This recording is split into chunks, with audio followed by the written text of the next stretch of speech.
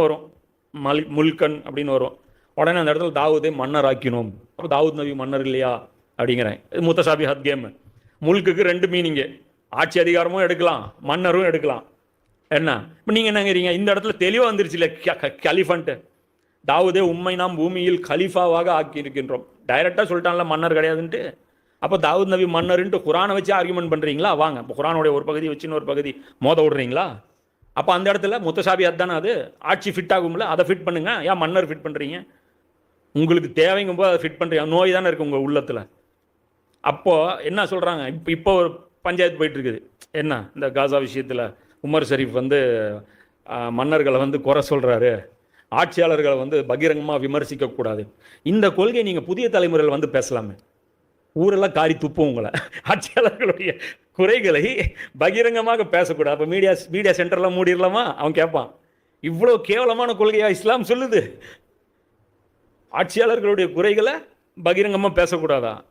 என்ன மார்க்கம் இது? இதை விட ஒரு கிறுக்குத்தனமான மார்க்கம் இந்த பூமி. இதை நீங்கள் பேசுங்க பாய். இஸ்லாத்துக்கு யான் வரான்னு அவங்க பார்த்துக்கிறோம். கம்யூனிஸ்டுக்காரன் காரி துப்புவான். என்ன வலது இடதுசாரி இருக்கிறவங்க எல்லாருமே காரி துப்புவாங்க. அப்புறம் நடுநிலையில் இருக்கிறவங்க காரி துப்புவாங்க. எல்லாரும் துப்பாங்க. அதனால தான் அப்போ பீக்க துப்புறாருல. இப்போ உங்கள் நிலைமைக்கு ஏன் காரணம் அப்படின்னா, உங்கள் நிலைமைக்கு நீங்கள் தான் காரணம். நீங்கள் இப்படியாப்பட்ட ஒரு கொள்கையை வந்து எடுத்துகிட்டு வந்து இதைத்தான் ரசூல்லா கற்றுக் கொடுத்தாங்க. அது ரசூல்லாவுடைய மண்ணாச்சா இது? ஆட்சியாளர் தவறை வந்து சுட்டி காட்டக்கூடாதுன்னு. என்ன அநியாயம்! ரசூலா என்ன சொல்கிறாங்க? இதில் நின்றுட்டு இதில் ஹஜ்ஜத்துல் விதால, நான் ஏதாவது தப்பு பண்ணியிருந்தா என்னை யார் வேணாலும் பழி வாங்கிக்கிங்கன்றேன்.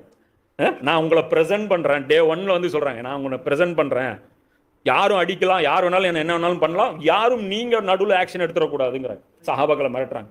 அவர் பயந்துட்டு, இவங்கெல்லாம் இருக்காங்கன்னு பயந்துட்டு நீங்கள் எதுவும் பண்ணாதீங்க, பண்ணிருங்கன்றாங்க. அபூபக்கர் முன்னாடி எத்தனையோ விஷயங்கள் கேட்கப்பட்டு, உமர் முன்னாடி கேள்வி கேட்கப்படலையா? பகிரங்கமாக அவர் முன்னாடி குற்றம் சுமத்தப்படலையா? உமரே, நீங்கள் வந்து மஹரை எப்படி நியமிக்கலாம்?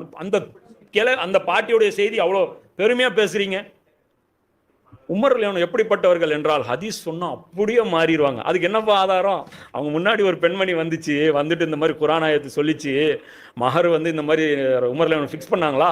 அப்போ வந்துட்டு உமர் வந்து என்ன சொன்னாங்க? இந்த மாதிரி குரானில் வந்து அல்லாஹ் சொன்ன ஒரு குயிலே கொடுத்துருந்தாலும் வாங்காதீங்க அப்படின்ட்டு. அப்போ அல்லாவே நிர்ணயிக்காத போது நீ எப்படி உமர் நிர்ணயிக்கலாம்னு அந்த பெண்மணி கேட்டாங்க. உமர் அப்படியே அழுதுட்டாங்க, அப்படியே சரணடைஞ்சாங்க. உமர் முதல்ல என்ன பண்ணிருக்கணும்? உனக்கு அக்கீதா தெரியுமா? ஆட்சியாளர் முன்னாடி குறை சொல்லக்கூடாது தெரியுமா? என்ன பண்ணும்? கூப்பிடணும், இப்படிக்கணும், கூப்பிட்டு அது இந்த ஆயத்தில் அப்படி இருக்கு. இப்படிதான் எல்லாம் அசிங்கப்படுத்துவான் நம்மளை. புரியுதா? இது அதுதான் சொல்றேன்.